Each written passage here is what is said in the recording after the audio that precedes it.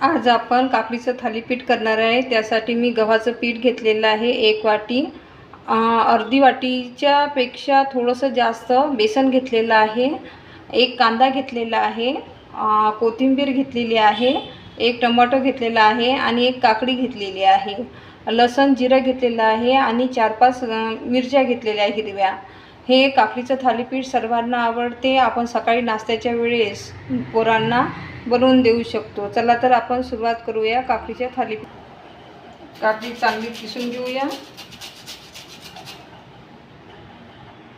काकडी किसून घेतलेली आहे।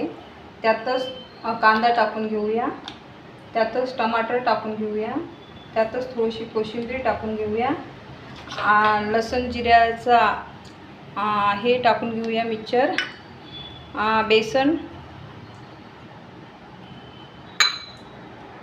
आणि कणिक टाकून घेऊया, मीठ चवीनुसार, त्यातच थोडीशी हळद आणि थोडंसं तिखट आणि हे सारण 1 ग्लास पाण्यानं चांगलं भिजून घेऊया। हे सारण छान आपण भिजवलेलं आहे, पहा कसं मस्त झालेलं आहे। आणि याचे आपण चांगले थालीपीठ टाकून घेऊया। पहा कसं मस्त बॅटर तयार झालेलं आहे थालीपीठचं। जास्त पतलंही नाही आणि जास्त घट्टही नाही, थोडंसं तेल टाकलेलं आहे आणि हे बॅटर असं छानसं टाकून घेऊया आपण।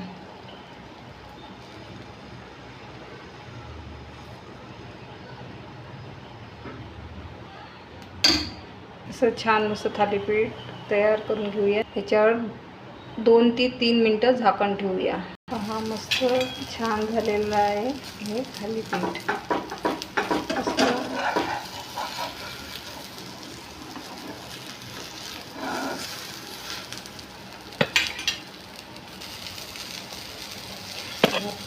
दुसरं थालीपीठ असे छान थालीपीठ बनवून घ्यायचे।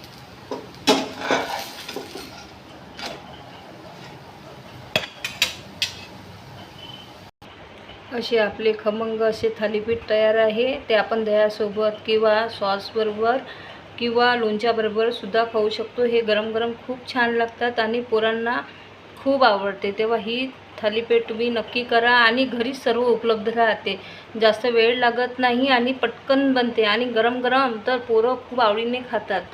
तेव्हा ही रेसिपी तुम्हाला कशी वाटली ते नक्की सांगा आणि माझी रेसिपी जर आवडत असेल तर लाईक सबस्क्राईब नक्की करा।